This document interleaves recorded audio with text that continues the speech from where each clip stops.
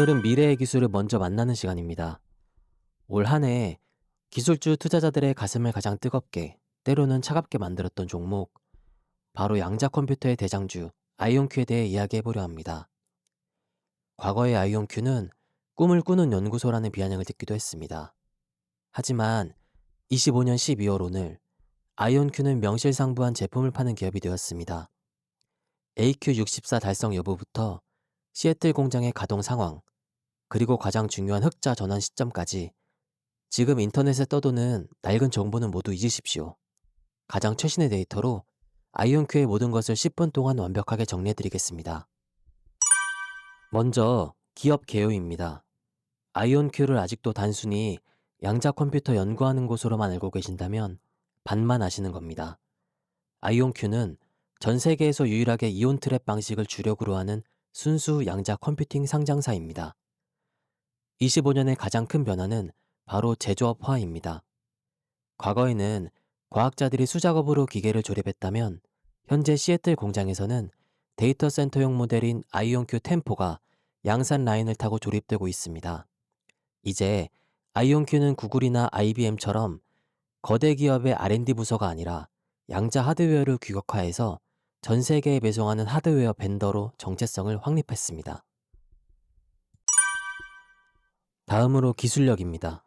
이 부분이 핵심이죠. 아이온큐는 25년 기술 로드맵의 핵심 목표였던 AQ64 달성을 공식화했습니다. AQ64가 왜 중요할까요? 이 지점은 고전 슈퍼컴퓨터로는 시뮬레이션하기 벅찬 진정한 양자 우위가 시작되는 분기점이기 때문입니다.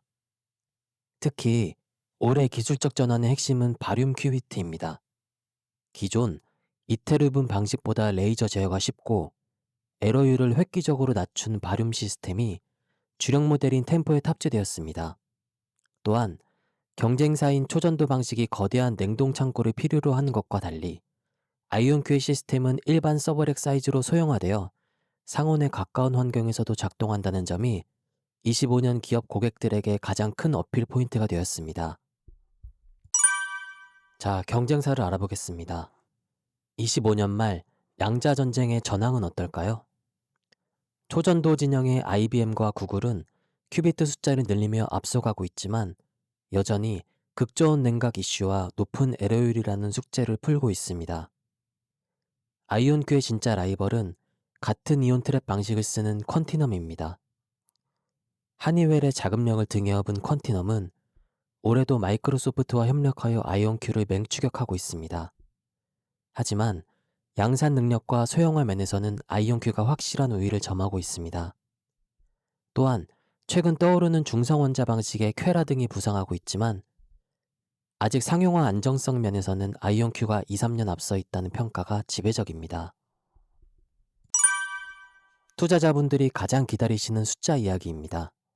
25년 아이온큐의 매출은 전년 대비 약 80% 이상 성장하여 가이던스 상단을 충족했습니다. 하지만 더 놀라운 것은 수주 잔고입니다. 올해 수주 잔고는 약 1억 5천만 달러를 돌파하여 역대 최고치를 경신했습니다. 이게 무슨 뜻일까요? 과거에는 클라우드로 접속해서 잠깐 써보는 매출이 다였다면 이제는 미 공군연구소, 스위스 퀀텀 바젤 등에서 기계를 통째로 사겠다는 하드웨어 판매 계약이 줄을 잇고 있다는 뜻입니다. 지금의 수주 잔고 급증은 향후 2, 3년간 매출 성장이 이미 보증수표처럼 확보되어 있다는 것을 의미합니다. 그렇다면 회사는 안전할까요? 재무 상황을 냉정하게 뜯어봅시다. 25년 12월 현재 아이온큐는 여전히 순손실 상태입니다. 공장 가동과 인력 채용으로 비용이 늘었기 때문입니다. 하지만 긍정적인 신호는 명확합니다.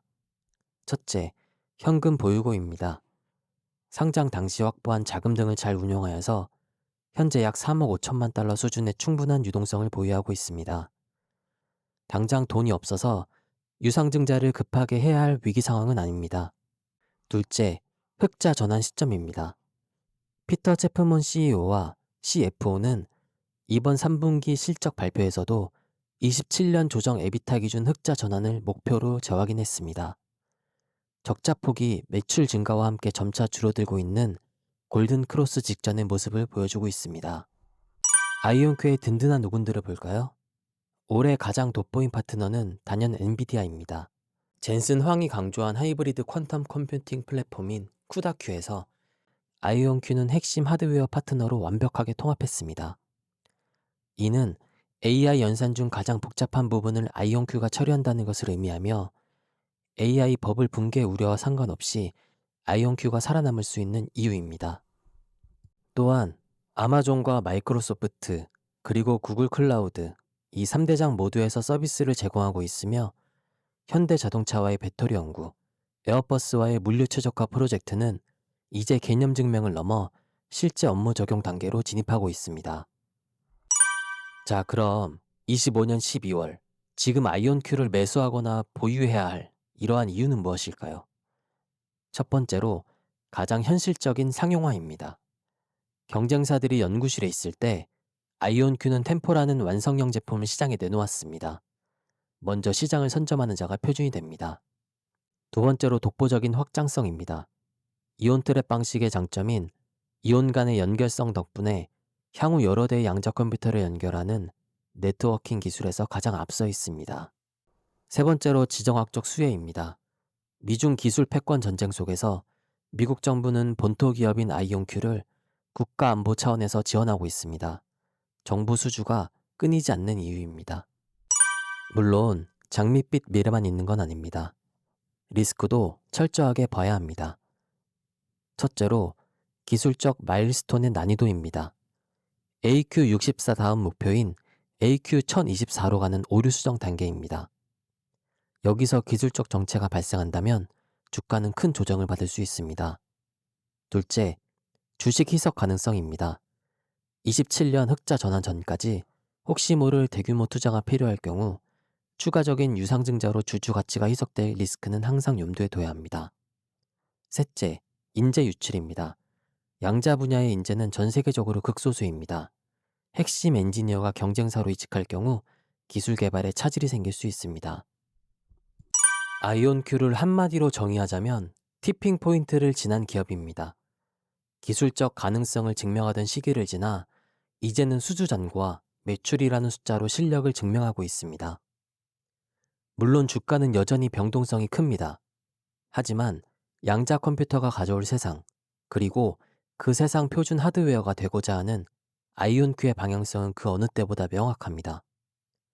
단기적인 시세보다는 27년 흑자 전환과 AQ1024 시대를 바라보는 긴 호흡의 투자가 필요한 시점입니다.